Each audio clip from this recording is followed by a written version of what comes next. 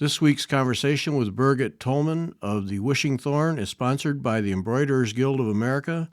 And here is a word from EGA President Lee Peacock. Hi, I'm Lee Peacock, President of the Embroiderers Guild of America.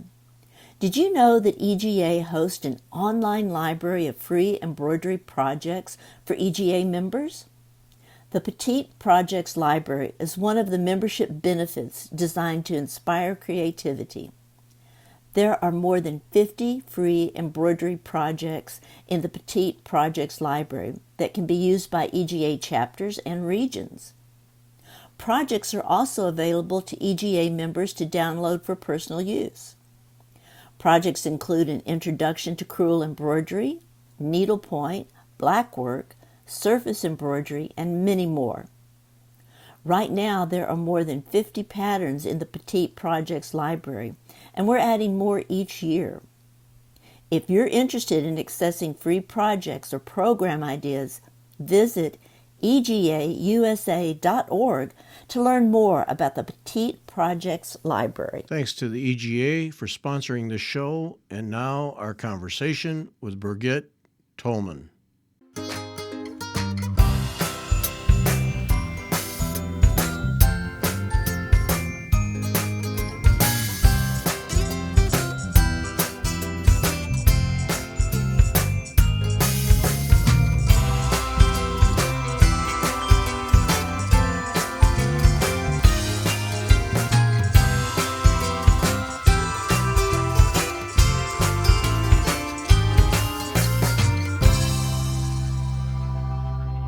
Welcome back. I'm Gary Parr, and you are listening to Fiber Talk, the twice-weekly podcast for needlework artists.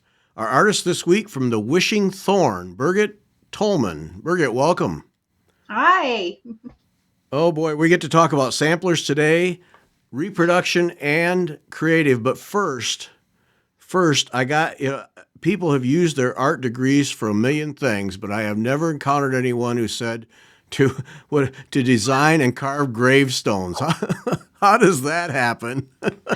So, schools, I come from Germany. I'm sure you're aware of that. So Picked up on that. Yep. Yeah, schools work a little bit different. So my major was like sculpting figures, like Statue of David kind of stuff, real hands-on, amongst physics and chemistry and all the other stuff that you needed. But one of the things was, I was young then. My dad says, well, I don't think you're going to earn a living with that. So the only other option was tombstones. So I got a job, and my year when I don't even remember what year, was sometime in the 70s when I graduated. It was like the first year where there was more women than men actually graduating, and got a job, out of town with the gravestone maker, and did it for a year and said, thank you, but no, thank you. Yeah. It was like you went into a man's world, and it was, you were stepping on their toes. Yeah. Yeah. I'm a girl. What do I know? Right. I can't, use the machines that they can properly. And, my education really didn't matter. Blah, blah, blah, blah, blah, blah. Yeah, the usual. So it's like, okay. Yeah. Now, when you do that, though, I mean, it's interesting from an art perspective. Is that basically graphic arts? It just happens to be tombstones? Well, you have graphic arts. We definitely one of the biggest components was what is that in English? The word where you have to do calligraphy. Yeah, because you had to write out all your letters, transfer them to the stone, then chisel them out, and then if you had any type of figurine stuff that had to be modeled in clay, and you usually start it with a painting first. So, and then I don't know what these instruments are called in English, like you made yourself a little model, and then you had like these things, these pointers that came to basically you made a miniature model, and then you took them onto your stone, so you knew how much stone to take off. And oh my. Oh, Yeah, so it was. you were doing the whole thing. I thought you were just creating the art, and then they'd feed it No, into a machine, and it would cut the stone. no. This was 40 odd years ago. It Oh was, my! yeah, it was by hand, and it was backbreaking labor. It was, you expected to lift and schlep and Wow! sweep because you were the noob. Right. Okay, I can see why you're that, and I'm out of here. Yeah. Yeah, it was cool. I was young and I was like, oh, look at the cool job I got, and it was like, okay, this wore off real quick. Yeah. Wow, but what an experience. I mean, in retrospect, it's got to be just one of those And things. yeah, the affinity for old cemeteries is always there. To Uh, this day, my husband's like, oh, look, there's an old cemetery. Am I stopping? And it's like, no, okay, today. Love looking at old oh, tombstones. They yeah. don't do them like that anymore. Yeah, no, they're pretty cookie cutter, aren't they? Yep, yep. Yeah. Oh, wow, what an experience. Okay, all right. Now I get a better picture. Yeah, I thought you were just sitting at a screen. Oh Uh, gosh, no, yeah. no. Oh. Well, yeah, something to tell people at a party. Yeah, That's there you go. There you yeah, go. yeah. So, but so you're one of those where what your mother was a master seamstress. I mean, you grew up with needle and thread, and Yes, from little girl on. yeah, yeah, and that never left you. Never left. And my mom, I think I wore the clothes she made me, whether it was she knitted.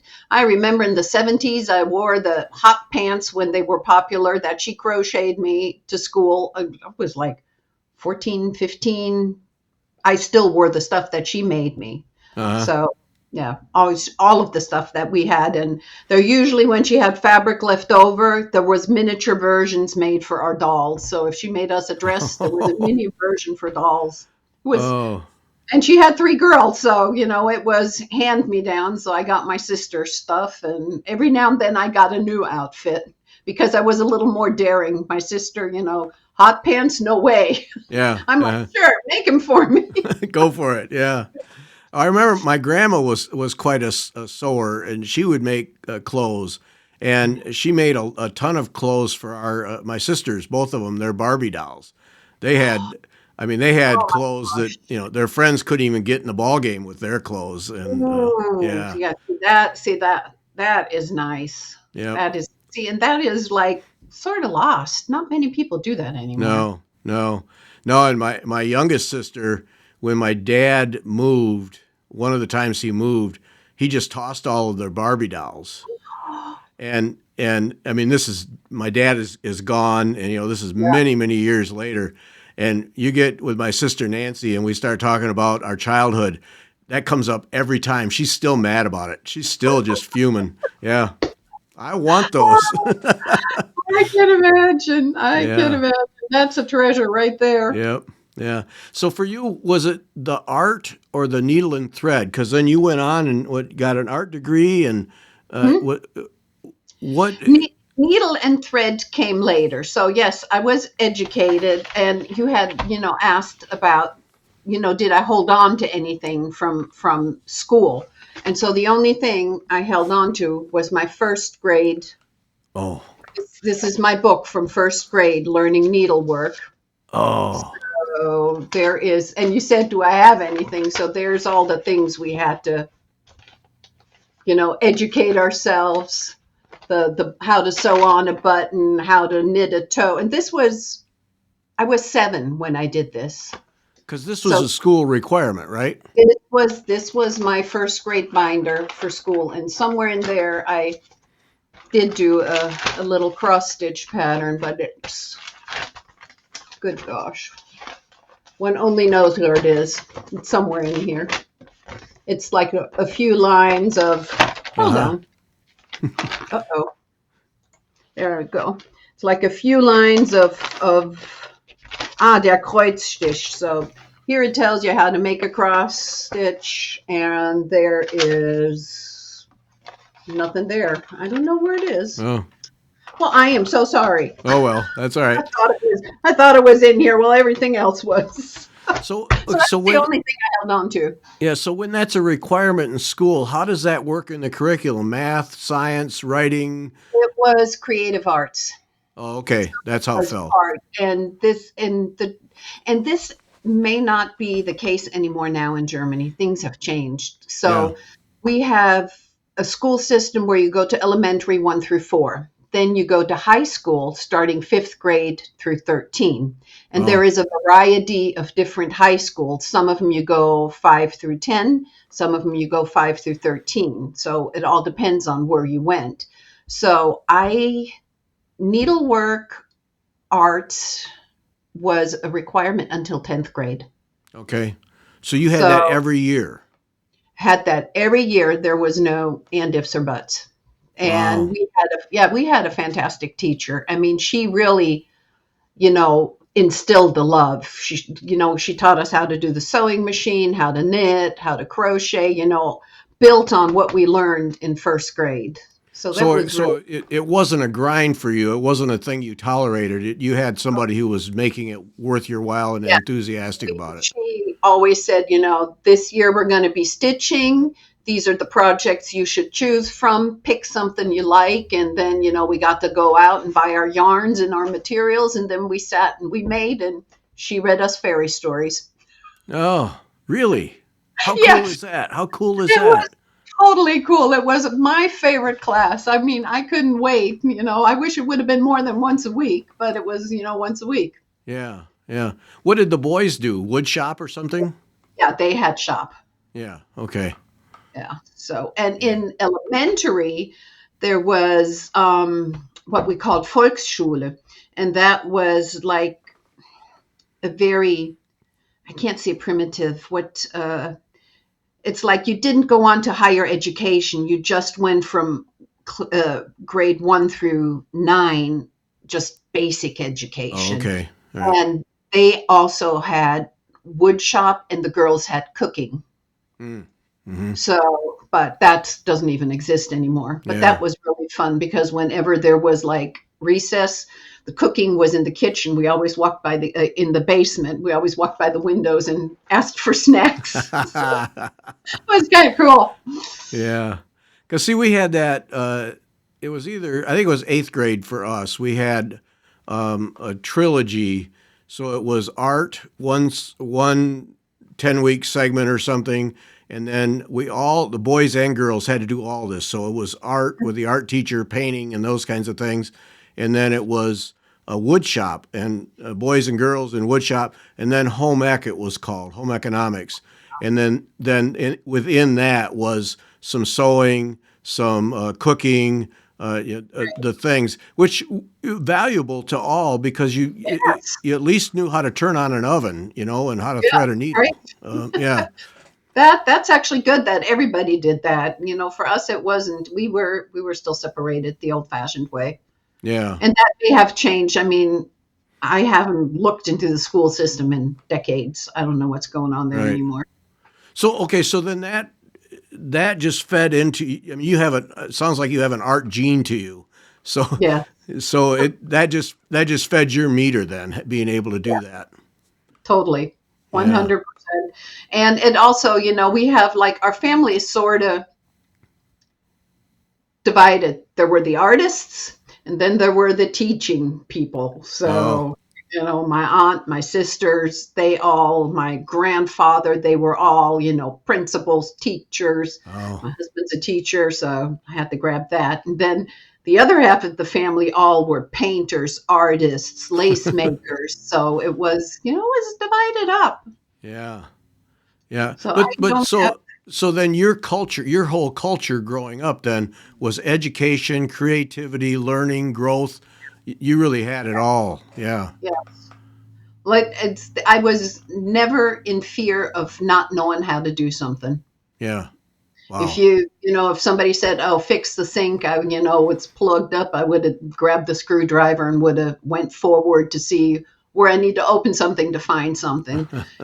Whether it was growing veg in the garden, flowers, knitting a sweater. I knit a ton of sweaters when I was a teenager, so uh, it was just you just did it. yeah. But see, that served you well then. Yeah. Yes, I love it to this day. I Yeah. mean, 60 some odd years later.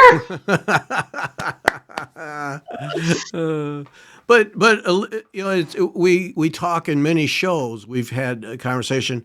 The fear of asking the question, "What if? What if I tried this with a stitch, or what if I tried that?" And you grew up in a culture where that was just normal. And that it's normal. And, it's funny that you say that. To this day, I still get emails of customers asking for permission to change Oh color, no. to change stitches. And I'm like, it's your pattern. Yeah. Do with it what you want. It's supposed to make you happy. Yeah. You know, Yeah. you don't, once it's in your house, you can dance on it, as far as I'm concerned. You want to make that color purple? Go for it. Yeah. Yep. Well, but people have that hesitancy, They do. and I've heard stories every now and then of designers who get all upset if you change their design, and it's your design, you do it your way, and that should be encouraged. But there's a fear, there's a little wall there that people have a hard time getting over. Is one of the things that makes my heart sing when I see somebody that took my design and turned it upside down to where it's almost not recognizable. I love it. There is like Twilight Woods. There is a lady who stitched, it's fall colors, what I designed. Hmm. And she stitched it in bright lime green, yellow, and purple. And oh my goodness, did that turn out stunning. And then she had it in a beautiful frame. Or there was another one that was just like I can't remember, I think it was a red and white sampler. And she stitched it in purple thread on orange fabric. And I'm like, you go, girl. It was fantastic. I would Yeah. never, ever stifle somebody's creativity. Even if it's not what I would do, I Yeah. would never stop them, ever. Yeah. Oh, yeah. No, people need to be able to do that. Yeah. Yeah. Totally, totally. I couldn't. I know I step on a few toes with that, but something, we all dance to our own drum. Yep. That's right. Yep. Yeah. So how do samplers come into this whole picture? So samplers come into this picture. So samplers, well, I always had my great grandmother's, samplers, Olga Spindler, the red work and the darning sampler. Hmm. And they came, and at the time I didn't, my mother gave them to me, when grandma and great grandma passed away, because I was the only one that stitched really of any kind. When I first came, I did some stitching in Germany, but in my early 20s, in my first marriage, when I came to America, I picked up stitching again. I was like, oh my goodness, look at these stores, look at the supplies they have. It Oh. was it was way more than what I was used to, Uh-huh. just a few colors and then all the patterns. And at first it started, with the cutesy stuff. And then, we had kids and, you stitched the little cutesy things. Right. And then I got a subscription back then to Just Cross Stitch magazine. Uh, And in it was this. Let me grab it. Darlene, oops, this way. No, this yeah, way. there we. Yeah, Darlene Osteen. And this Ah. is on Ada, and that was the first sampler I ever did.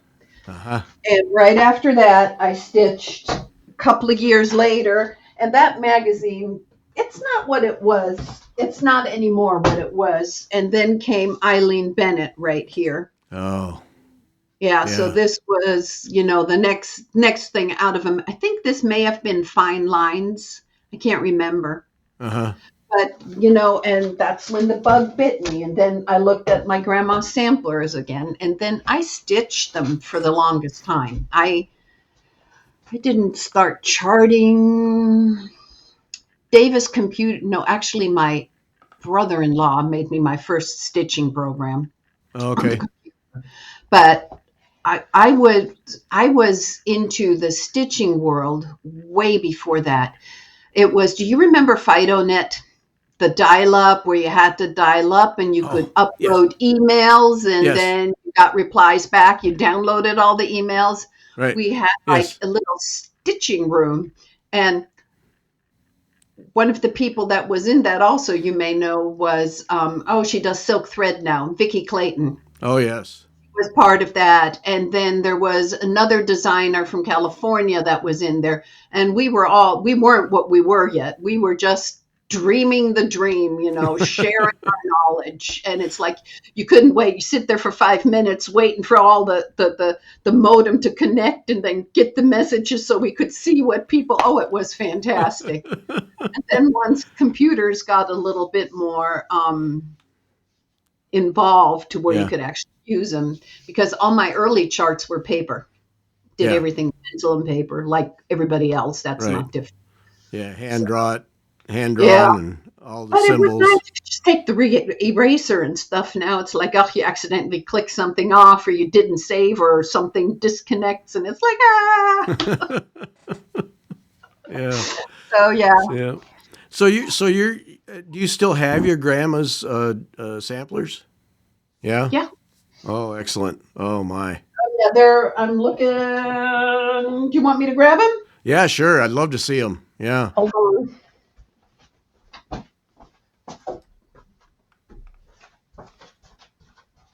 Come on, Olga. They're on the floor in the hallway on the wall that they're supposed to hang. So this was, let me see, 80. So this was first. So this was Easter, Olga Spindler, Easter 1897, her red work sampler. She was 13 when she did that. Oh my.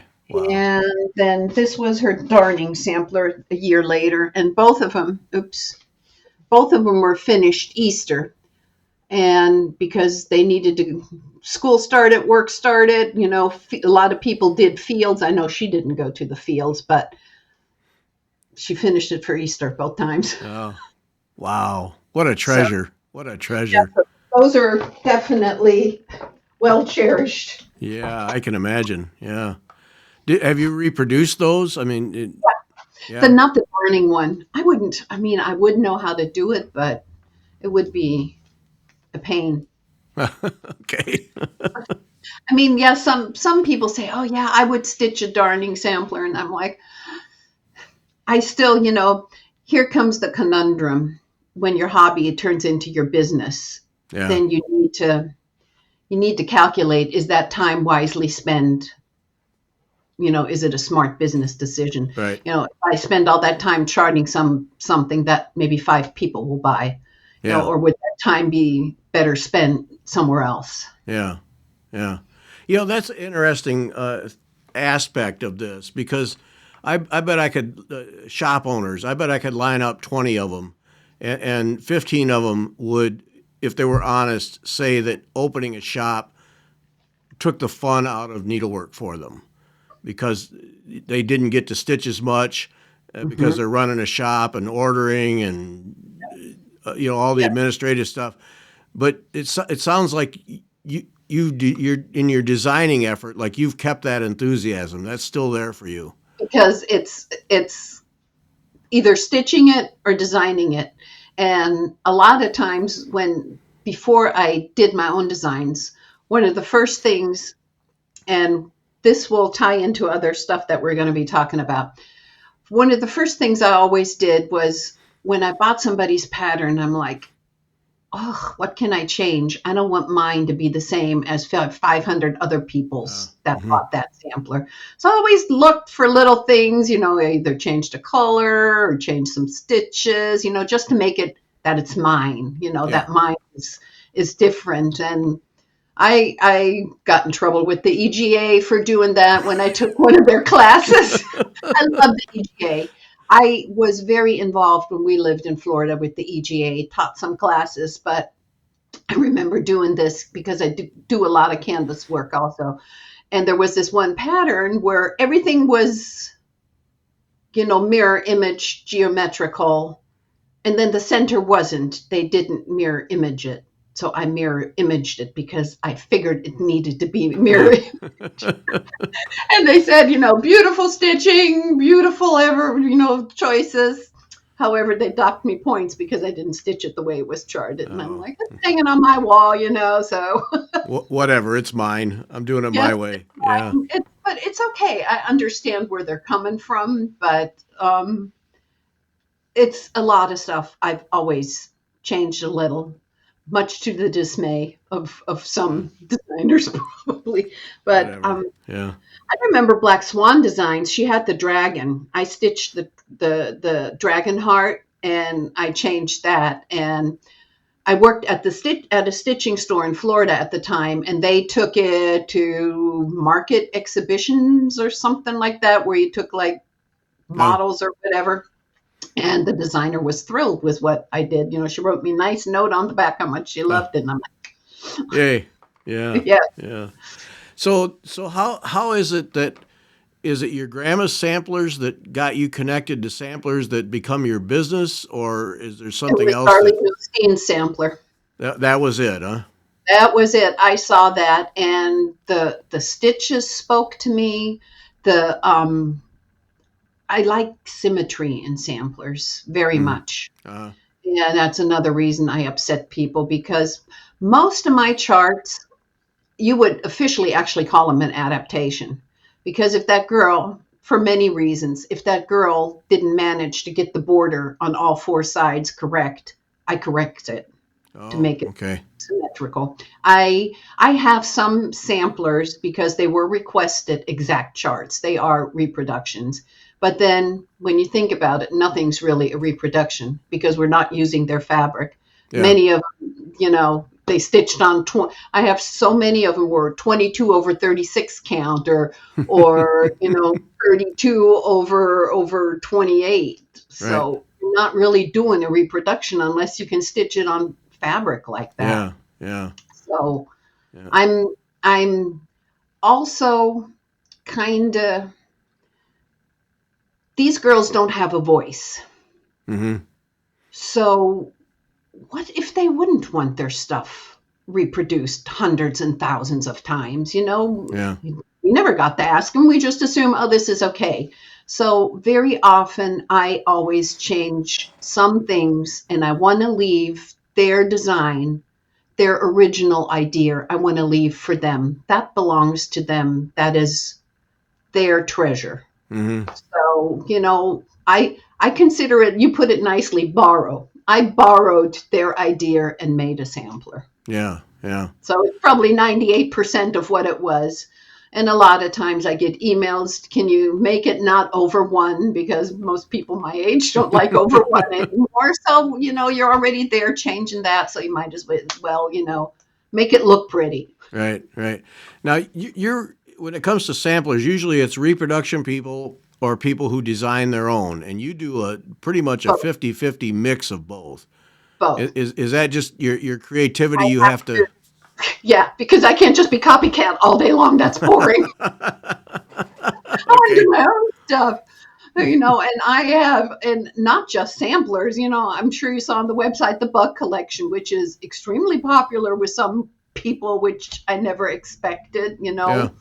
and I just like to do my own stuff too. There's just not a lot of time for everything, and I have so many samplers still to do. Oh, Yeah.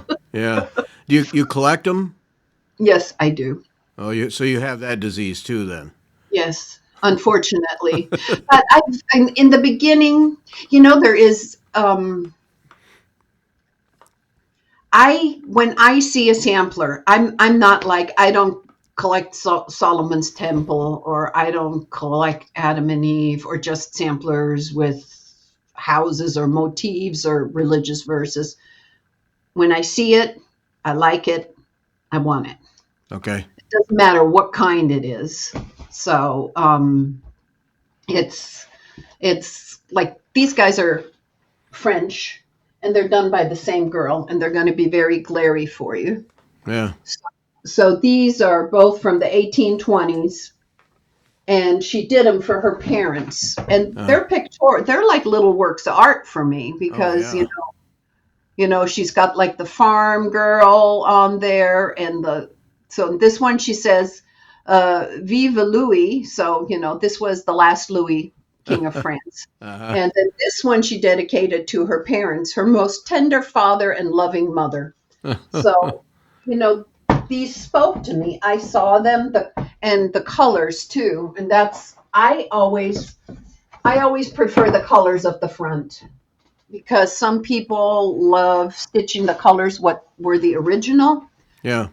What first draws me to the samplers are the muted faded colors. So that's what I want to stitch, and that's what I 98% chart. I Mm-hmm. mean, some of them I get like, please, please, please do the back, and I'll throw in some of the back colors, but Yeah. they're too loud for me. Oh, okay. Because that's I one like, of the art aspects of reproduction is selecting those colors. And do you go from the back? Do you go from the front? Do you find something in the middle? yeah, I've Everybody done has their sometimes approach. both, but I usually there's like maybe a handful where I've done both front and back, but I usually like the front. Mm-hmm. That's what you see. That's that's why I wanted this, because what I saw was so pretty up front, not what was on the back. Yeah, yeah, yeah. So It's surprising when you see the backs how bold and sometimes loud. shocking. I have some, oh my goodness, they're like all these muty beiges, and then you turn it around and it screams, Yep. purple, green, orange. Yeah. Well, for me, I the number is just a small number of originals that I've seen. To me, the most interesting part is the back because to me that tells you about the girl. Oh gosh. How sloppy her stitching was. She Oh my just gosh. I love that. just This get it one, done. Yeah. she was the sloppy stitcher. Yeah. Yes. And then there's others. I have one from 17, Harriet. No, not Harriet. Oh, what was her name? Shoot, you think I'd remember all my girls. I don't. She's from 17, and her sampler, I always have to look twice to see that I have it the right way around, because Oh, you cannot one of tell. those. Yeah, One of it's those. amazing. So, Yeah. Yeah, no, the ones where the threads carried halfway across the linen, I just want to go play. Just get this done so I can go play. Yeah. exactly, Yep. exactly. And some of them have like I have like, one that that's really complicated to work on. It is, I call it the four mothers. So it has like four huge women. It's a Hmm. Welsh sampler. And do you want to see it? Sure. Sure. Let me hopefully find it real quick in the old trunk.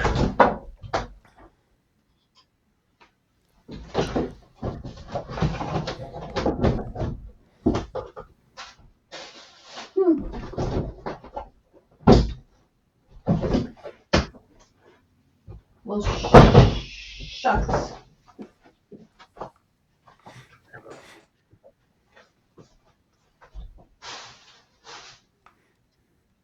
Well, it's a promise I can't keep because I don't know where I put it. Oh, okay. Well, it's called Four Mothers, and so what she did on the canvas was, so she stitched the women twice the size of the rest of the canvas. Oh. And all of the yarn that was light colored, beige, cream, gray, has faded all to the same color. Hmm. And when you turn it around, there is nothing but like a wadded ball of yarn on the back. So you can't even, so you're trying to figure out, um, because I can't chart the whole sampler over one and just the women regular over two. So I decided the only way to do this is to chart the sampler over two and the four women over four, so that they're twice that size that they Oh. need to be. Uh-huh. But you're still sitting there trying to figure out what the motifs are, because it's all fading into beige. And when you turn it around, you can't even see. Some samplers you can see what they were trying to stitch or Right. what they. It's just a rat's nest. Huh? Yes, it's a rat's nest. It's very frustrating. It's taken me Boy. much longer than anticipated. Yeah. What gives you your moments of zen? Is it reproduction or designing your own? Hmm. So it's actually when I get an idea, I need to go for it. Okay. So I don't, everything else goes by the wayside. Mm. Sometimes I even draw myself a little sketch just so I remember what the idea was because at our age, those ideas Yeah. come and go and then they're Yeah. gone. Right. But I think I'm most comfortable when I'm in reproduction land because it's no brainer. Yeah. Because Okay. you're looking at it, you're counting, you move it over. You're looking at it, you're counting, you're moving, chart it. So it's sometimes a little bit empty. I'm happiest when I do my own Okay. work. Okay. But I have a lot of stuff started that I'm like, okay, this was a great idea, but I don't think anybody would buy it kind of Yeah. stuff. Yeah. Yeah. So when you're doing reproduction, then that allows your brain to go work on other things because you More can or less, just yeah. yeah. Because there isn't, I mean, once you have the basics, when the way I start is I have my sampler laying there, and then I find a fabric that is somewhat close to what would be good. Sometimes I change my mind along the way, and then I pick all the colors that right off the bat I can see. Sometimes I need to add like another one or two in, but once I have that done and in the computer, it's just Right. counting and clicking, counting and clicking. So Yeah. Yeah. So okay, so then but when it comes to your own samplers, your own designs, then that's all full immersion that, then. oh, that is like, do it. Then a lot of times I start to stitch it to see, oh, and it doesn't even look close to what I wanted on fabric. Go back in, erase it, start over. It's a much longer process Yeah. actually. Yeah. More satisfaction come out of that than Yeah, reproduction. totally, Yeah. totally. Because to me, it's actually more. It makes me more happy when something I designed people buy versus something I copied from a girl Right. 200 years ago. Yeah. Yeah. How do those? I mean, your samplers are beautiful. I got to say, you owe me some time because I s- I got into your website and it was like, okay, I got to stop. So I'll collect. I'll collect someday. But I mean, your originals are beautiful. Do you borrow from Art uh, Deco, Art yeah. Deco? Okay. Yes, and as you notice, they're probably also very symmetrical, Yes. most of them. Alphabets are from some of my old. I have also, besides just collecting samplers, I also collect old needlework books, like old. Oh. And some of the alphabets might be from there, or some of the alphabets might be from another sampler that I have. So Yeah. yes, there is borrowing for some of the elements, but others it's like, oh, no, this looks better this way. Yeah. Uh-huh. You're basically drawing with your mouse. Okay. Yeah, Yeah. and I've always had an easier time.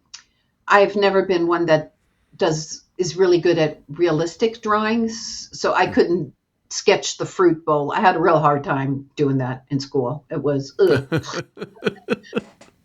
I can draw you fairies and wild things and beasts and anything that my brain can think up, I can draw, but don't make me draw your cat or something like that. It's not going to happen. Oh my. Oh, yeah. Yeah. No, that's I symmetry speaks to me. So your originals, yeah, I locked right in. No problem. I see it and it's like, oh, yeah, I have this here. Well, then I need to put it here. And I have Right. this here. Well, I want it over there. Right. Yep. So, Got to do that. Okay. So now the wishing thorn is your second business. So yes. so we had what did we have? Moonlight Stitches. That was your first. Well, the Wishing Thorn's actually my third. Your third. Okay. Yeah, Moonlight Stitches was the first. And when my husband retired at the time, not my current and only, retired, we were going to open up because we were in Florida. I was working at the stitching store, Sally, and she passed away and the store is closed. She was like my biggest champion. She gave me everything I needed to know to open up a stitching store, Oh, and sort of were on a location, and I was going to do my designs and do teaching and open up the stitching store. And he learned the framing, and then we decided we didn't want to be married anymore. oh no. Oh, So that was, hindsight, because I was just talking to my husband and I said, I don't know why it took me so long, because I shut it down after that. I didn't pick up a needle for almost 30 years. oh, So that was like, boom, gone. yeah. And I was like, I think that bothered me more than I actually thought it Hmm. did, Yeah. when you look back onto it. So, and then when I came back, it's like, what happened to all the people? Where's all the stores? Look at all these catalogs I have from Sally. None of those stores exist anymore. Yeah. Yeah. Yeah. So that Yeah. was scary.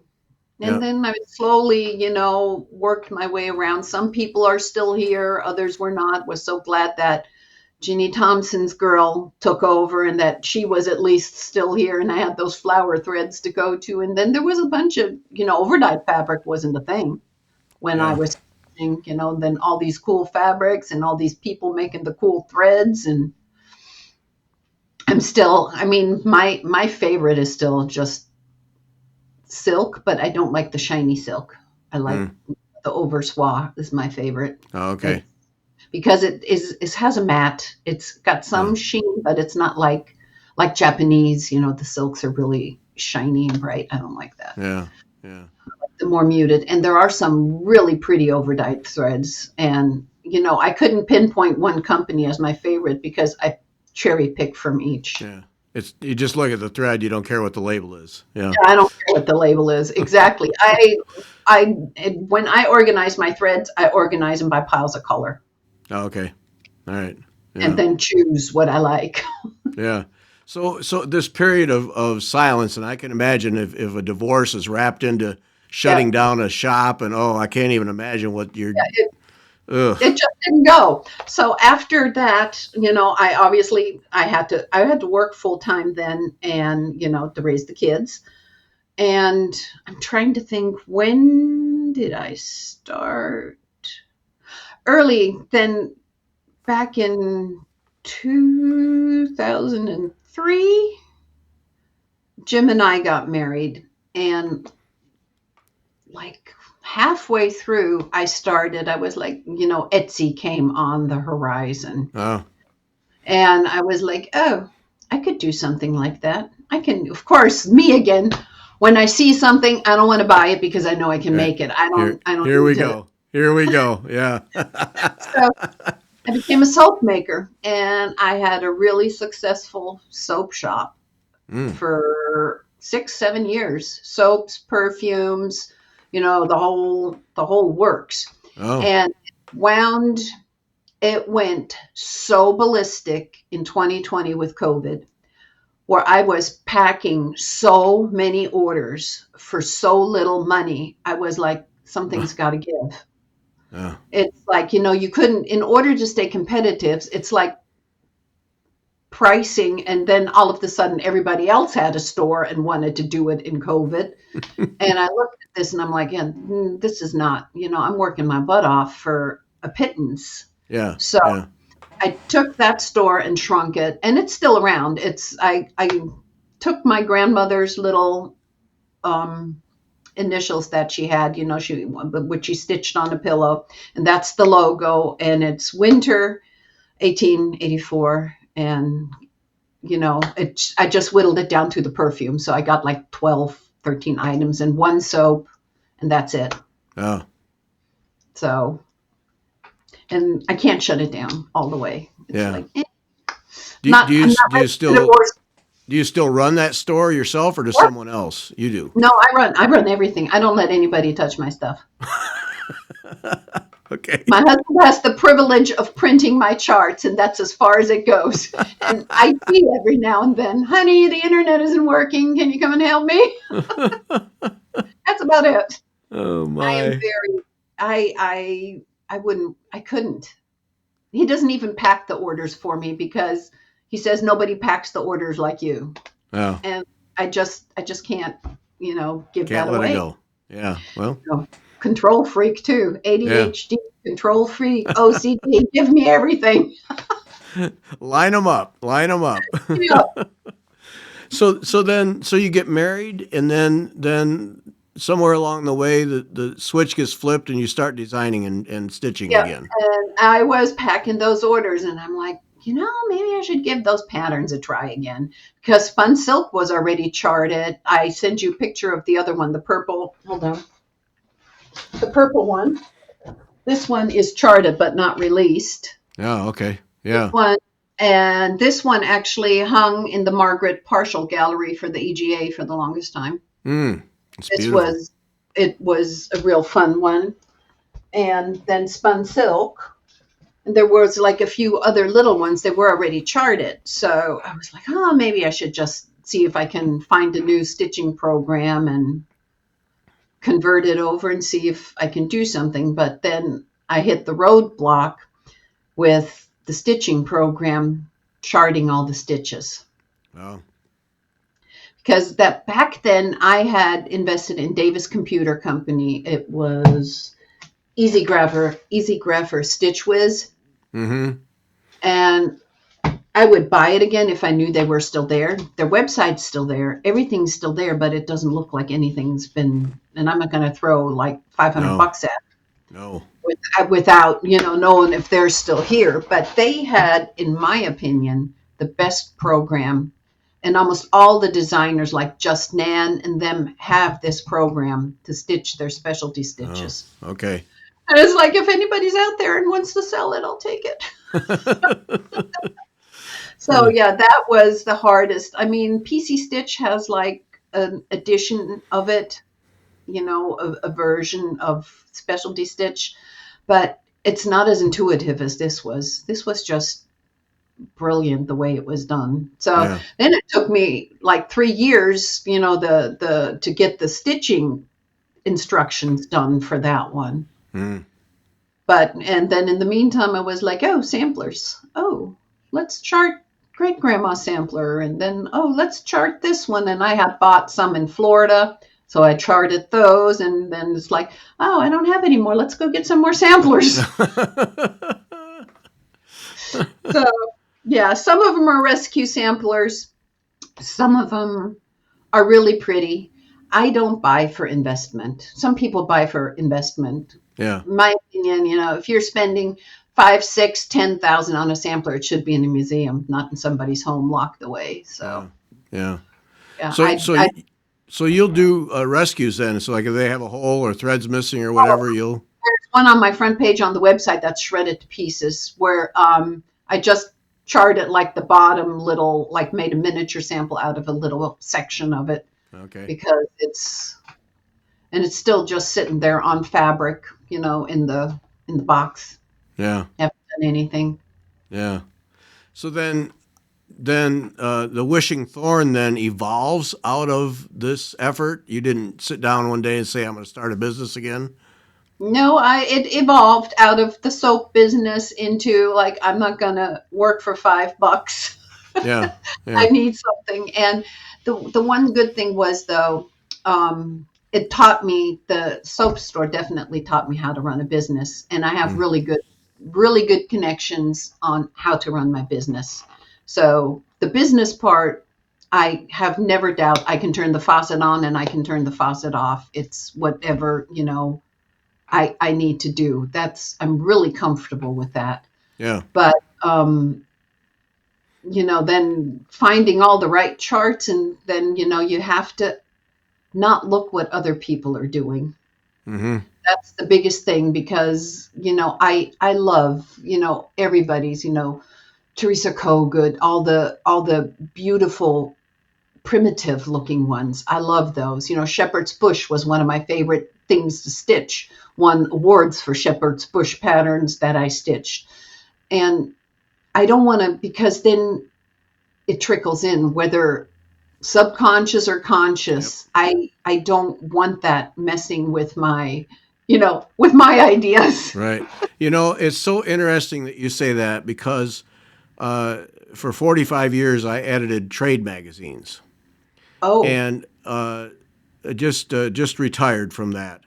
But I would talk with other editors, and they would say, well, so and so's doing this and so's doing that. And through my entire career, I made it a point to never study competitive magazines for that very same reason. I don't want their influence, right, and I don't want to be a copycat.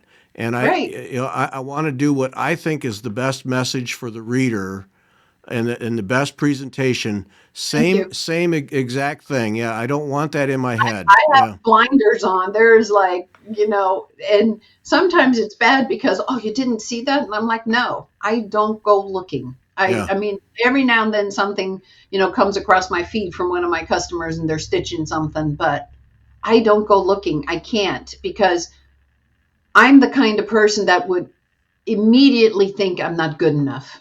That's yeah, my first thought. It's yeah. like, oh, well, I'm not as good as that one, or I'm not as good. And, then thank goodness for my husband, who always tells me everything I do is wonderful.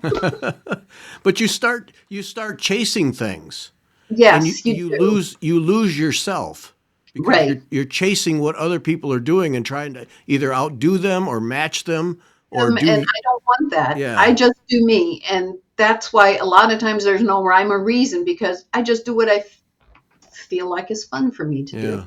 yeah, yeah, There's but reproductions, there's adaptations, there's yeah, bugs, there's Art Deco, right. But no, whatever. I mean, I just think that's so important because you're creating, and if you're creating what others are doing, then you're not creating. You're just copying. Yeah, Right, right, yeah, and you can chase it, and pretty soon you just don't know where to go. Yeah, right. And a lot of them are starting to look the same. yeah, yeah. A lot of So that happens. I just stay out of there and do my own thing. Yeah, yeah. So the business. Oh, first I got to know the wishing thorn. What's that name? How does That that? was my big wish, that this time around my stitching store would take off. You know how you tie there is wishing trees. And of course, me and my fairy fetish,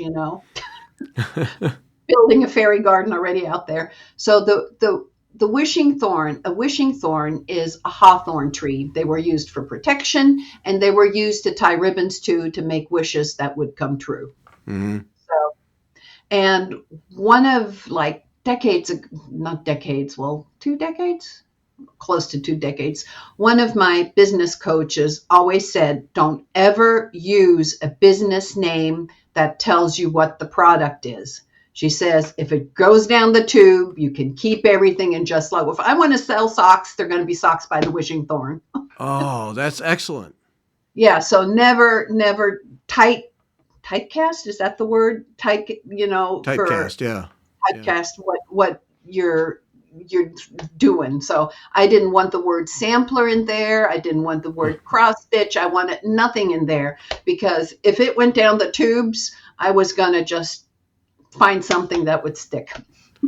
Okay. All right. I guess yeah. Because so then your logo. I mean, that logo, everything can fit anywhere. Yeah. Anywhere, nobody would know what that is. Yeah. And so there we go.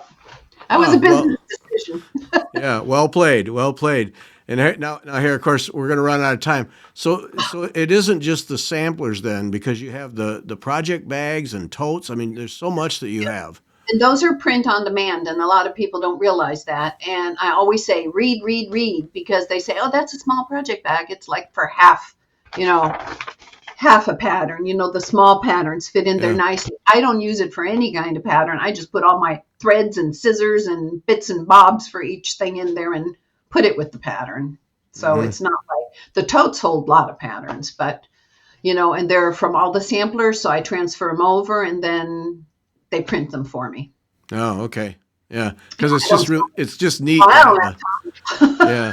it's just neat to have a bag with the pattern on it. Yeah. They're totally matching. Now, see, when I don't know, people don't use them. My patterns are in color, black and white, a single page for those who use the app, who do the PDF, who use the stitching app. Yeah. And then, like some pictures in the first 3 pages. But I always intended the way I stitched the black and white charts, I taped them together and then crossed them off with a highlighter. So the black and white section would be something I fold up and put in those pouches because they were not intended as part of my pattern. I only keep the color, the front pages in the color section of my patterns. And the black and white is supposed to be the working copy. Right. Right. So, yeah. Yeah. But I don't think people do that. They get really like protective of the patterns. Well, I mean, I'm one. I never mark on the original. I make a working copy and scratch that all up. And I thought I was nice, including a working copy. oh, that is nice. Yeah. Yeah. The other thing is the booklet patterns. I have that was all you had back in the day was the booklets. And it's actually, I find it easier with the PDF pages because you don't have to flip through a book. You can actually tape them together continuously where you need them.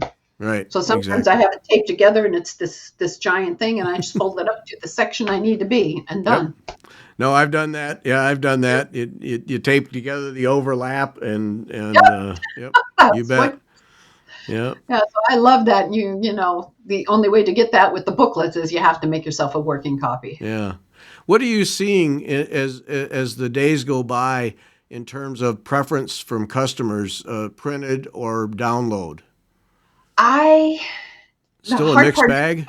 It's a mixed bag. I have a lot of my older customers, they want printed. Yeah. They also, they want because I have the collector's card that goes out with the printed, the paper charts. PDF is for my international customers. Because worldwide, they just download it. And they're definitely younger.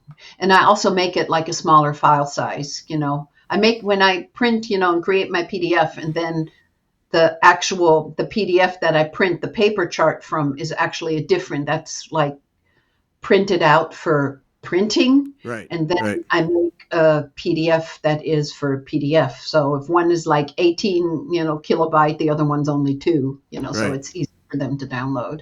Yeah. Yeah. Oh yeah, I mean, I relate to that because magazine work. PDFs went to the printer, but they were in comparison massive files. Yes, they are. So the ones that we print it's everything is the same except for one is created for printing and one is created for downloading. Right. But the content is the same. Yeah. So and it goes in spurts. Sometimes there's a whole bunch of PDFs, which is my favorite. Everybody do PDF. But no, I like packing orders. I do. Yeah. I don't mind it at all. It makes you feel like you actually have a business when you're packing orders. Well, it must be kind of a connection with the customer when you do that. Yeah. Yes, exactly. Like, when they do a PDF, like my Etsy, my stitching, I have the stitching store on Etsy too, but I only put the PDFs in there because Etsy is playing way too many games I don't play. So it's all download and I don't heed it, whatever, I don't pay attention to it. So the people come and go there all the time and I wouldn't know. Whereas my customers that are printed copies, I know them by name. It's like, oh, look, Denise is buying this. And oh, look, Virginia is coming back for this. So I know the names and I know the people, so you have, even though they don't come into a physical store, they're like coming into my virtual store. Right. Yeah. Yeah. You connect with them. Yeah. Yeah. I read more than one thing in the last few years about Etsy. I'm not quite sure where that's headed, but Etsy is heading down the dumpster. They made it perfectly clear that they do not care that there's reselling going on. They're trying to become the next big, probably Temu. And so most people don't know it. I'm going to actually send this out in my next email also. There is a place called Go Imagine. The guy is incredible, USA only, and you actually have to prove that your stuff is handmade. Oh. So they only ship in the US, they only take US creators. There is no print on demand, no nothing. I mean, it took a little bit to get charts going for a digital download, but that's where everybody's moving to. The actual Okay. creatives are, moving, and they're in their infancy. I think they're on year two or year three, so they're small. Nothing big like Etsy, but I think they have a bright future because they also do sort of like Paul Newman. They give Oh, yes. percentage to I think it's different types of children's funds. So Okay. Yeah. it's a really nice way. And the guy is very personable. He's right there. You can talk to him in the Facebook group. You can ask questions. They're a small team, so it's back to something a little more. Not let me import from overseas and Right. that blow up swimming pool, I made that by hand. Yeah, right. Right, you did. Yeah. What is that? What is that new one now again? What is it? Go Imagine. Go It's three. Imagine. So it's Go and then Imagine, one word. Okay. And it's really nice. I have to check that out. Yeah. Yeah. Yeah. So there is, and I don't think there is some stitching on there yet. I have to import my store, so I have like 4 charts Yeah. right now. So it's Yeah. going to take me a little bit, but and I always like to have not everything in one place. I Yeah. like to have, a few. So I have, Hoffman for wholesale. I have Fair for wholesale. I have my website, and then I have the little bit of Etsy and the microscopic Go Imagine right now. So, Yeah. spreading it out. Yeah. Yeah.